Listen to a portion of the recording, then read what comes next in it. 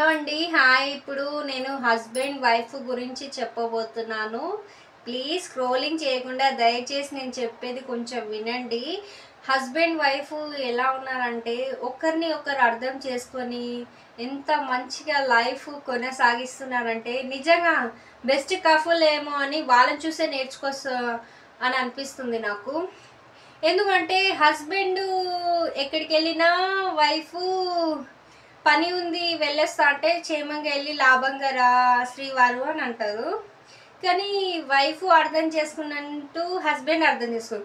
ఇద్దరు ఒకరిని ఒకరు అర్థం చేసుకుంటే ఇంకేం కావాలండి, వాళ్ళ లైఫ్ చాలా సుకూన్గా బతుకుతుంది. ఇప్పుడున్న జనరేషన్లో ఒకరినొకరు అర్థం చేసుకున్న కన్నా అస్సలే లేదు ఇప్పుడున్న జనరేషన్లో.